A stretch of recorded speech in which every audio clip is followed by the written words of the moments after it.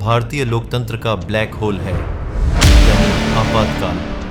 भारत में 25 जून सन 1975 से लेकर 21 मार्च सन 1977 तक कुल 21 महीनों तक आपातकाल घोषित था। उस समय की तत्कालीन प्रधानमंत्री रही इंदिरा गांधी की सलाह पर उस समय के राष्ट्रपति फखरुद्दीन अली अहमद ने भारतीय संविधान की अनुच्छेद 352 के तहत आपातकाल की घोषणा की थी। इंदिरा गांधी ने देश को आंतरिक और बाहरी खतरों का हवाला देते हुए आपातकाल की घोषणा की थी।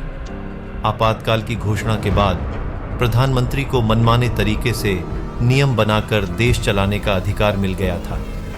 आपातकाल के दौरान इंदिरा सरकार पर कई गंभीर आरोप लगाए गए थे। इनमें बिना किसी आरोप के लोगों को हिरासत में लेना, बंदियों और राजनीतिक कैदियों को प्रताड़ित करना, जबरन लोगों की नसबंदी करना और जिसमें बड़े पैमाने पर कानूनों को अवैध रूप से लागू करना शामिल था। उस समय आंतरिक सुरक्षा व्यवस्था अधिनियम कानून का सबसे अधिक दुरुपयोग किया गया था, जिससे आपातकाल के दौरान नागरिकों के मौलिक अधिकारों पर भी भारी असर पड़ा था।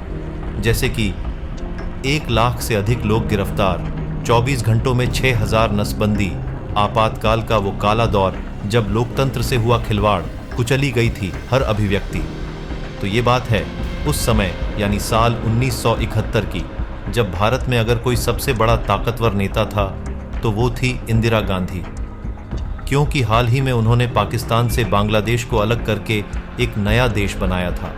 उनके इस फैसले की चर्चा भारत में ही नहीं बल्कि वॉशिंगटन की सड़कों तक थी।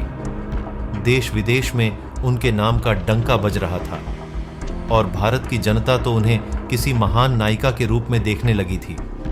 वहीं युद्ध के बाद देश में आम चुनाव होने थे और हुए भी, जिसमें जनता ने इंदिरा गांधी पर अपना खूब प्यार बरसाया और उन्हें भारी मात्रा में वोट देकर जिताया, जिनसे उन्हें लोकसभा में कुल 352 सीट मिली और इंदिरा गांधी ने विपक्ष का सूपड़ा तो पूरी तरह से साफ कर दिया था।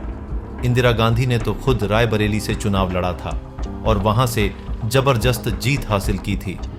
ये उनकी उपलब्धियां थीं, लेकिन लोगों को क्या पता था कि जल्द ही यही उपलब्धियां देश और जनता को बड़े संकट में डालने वाली थी। ये घटनाक्रम तो उस कहानी की शुरुआत भर थी, जिसके कारण सबसे पहले 25 और 26 जून को देश के कई नेता जेल की सलाखों के पीछे थे। जी हां, आपने बिल्कुल सही समझा। यहां हम बात कर रहे हैं भारतीय लोकतंत्र के काले अध्याय आपातकाल की। 25 जून सन 1975 इंदिरा गांधी के लिए एक बेहद ही महत्वपूर्ण फैसले का दिन था। उन्हें यह फैसला लेना था कि या तो पीएम पद से इस्तीफा दें या देश में आपातकाल लगा दें। प्रधानमंत्री इंदिरा गांधी ने तो अपना उत्तराधिकारी चुनने के लिए कांग्रेस संसदीय दल की बैठक भी बुला ली थी और यही नहीं, उन्होंने अपना त्याग पत्र भी टाइप करवा लिया था। लेकिन बहुत सोच समझकर अंत में उन्होंने ये डिसीजन ले ही लिया और 26 जून की सुबह अचानक से ऑल इंडिया रेडियो पर बज रहा मधुर संगीत रुक गया और घोषणा हुई कि भाइयों और बहनों, राष्ट्रपति जी ने आपातकाल की घोषणा की है। इससे आतंकित होने का कोई कारण नहीं है। यह शब्द किसी और के नहीं बल्कि भारत की प्रधानमंत्री इंदिरा गांधी के थे, क्योंकि उन्होंने इस्तीफा न देते हुए देश में आपातकाल लगाने का डिसीजन लिया था। लेकिन आप सोच रहे होंगे कि आखिर क्या वजह थी कि इंदिरा गांधी अपना इस्तीफा देना चाहती थी। तो जब डिसीजन इस्तीफा देने का था तो आपातकाल लगाने का डिसीजन कैसे ले लिया? देखिए, इतिहास एक बड़ा ही दिलचस्प विषय होकर आम इंसान की सोच से बिल्कुल भी परे होता है। तो आप अगर एक सवाल को खोजने जाओगे तो कई सवालों के जवाब खोजने पड़ जाते हैं। यहां भी कुछ ऐसा ही है। आपातकाल क्यों लगा? प्रधानमंत्री ने इस्तीफा क्यों नहीं दिया?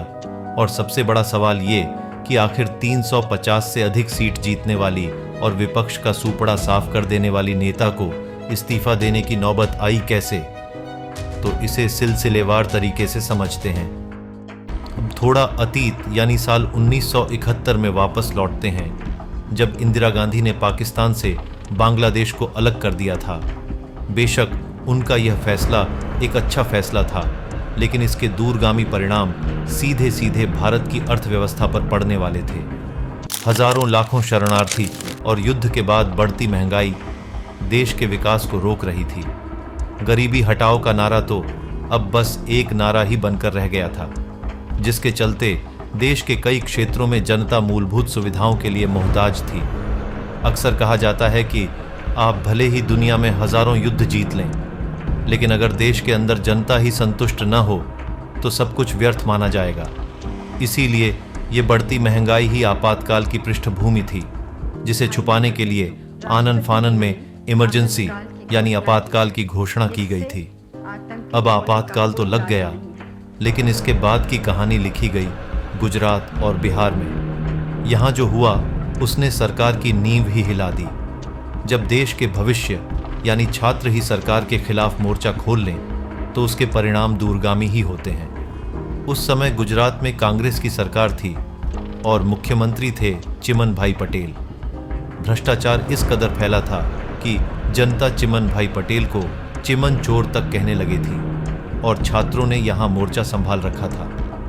दिसंबर सन 1973 में जब मोरबी इंजीनियरिंग कॉलेज के कुछ छात्रों ने अपने भोजन के बिलों में हुई वृद्धि के खिलाफ विरोध प्रदर्शन किया तो उनका असंतोष सार्वजनिक आक्रोश में बदल गया तथा इन सभी विरोधों को जल्द ही व्यापक समर्थन मिला और सरकार के खिलाफ एक राज्यव्यापी जन आंदोलन शुरू हो गया। छात्रों ने गुजरात में नवनिर्माण आंदोलन से असंख्य लोगों को जोड़ा।